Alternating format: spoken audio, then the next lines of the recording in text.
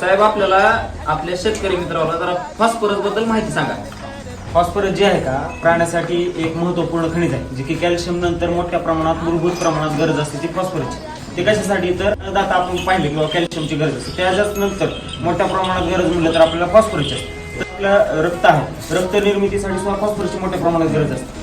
तसेच जे काही जननांग आहे, जे काय आपण प्रजनन गर्भपेशी वगैरे जे काय कुठल्याही पेशी असते, पेशीची रचना गर्भाशयाचा विकास हा फॉस्फरसमुळे होतो.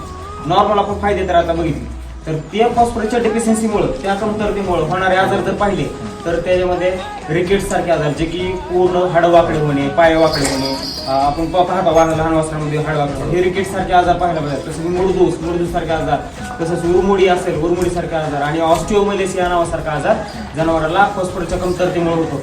तसं फायद्यामध्ये जर पाहिलं एंडोसिन आणि गोनोसिन ह्यासारखे ट्रायफॉस्फेट आपल्याला तयार होते फॉस्फरसमुळे. कमतरतेमुळे जर दुष्परिणाम पाहिले तर गर्भाशय बाहेर येणे, जे किंवा प्रोलॅप्स आपण भांडं पडलं म्हणतो, ह्यासारखे आजार आपल्याला पाहायला मिळतात. ज्यावेळेस इन्फर्टिलिटी जी की आपण सतत माझावर येते पण राहत नाही, ती त्यात मेन रोल फॉस्फरसचा आहे. फॉस्फरस डेफिशियन्सी असेल तर हा प्रकार आपल्या गोट्यातला क्लिअर होणारच नाही. फर्टिलिटीसाठी सर्वात महत्त्वाचा घटक म्हणजे फॉस्फरस. तर तुम्हाला काय म्हणणं आहे माझं माहिती आहे का, ही फॉस्फरस लेवल जर मेंटेन करायची असेल तर आपल्याला मिनरल मिक्स यूज करावं लागणार. धन्यवाद.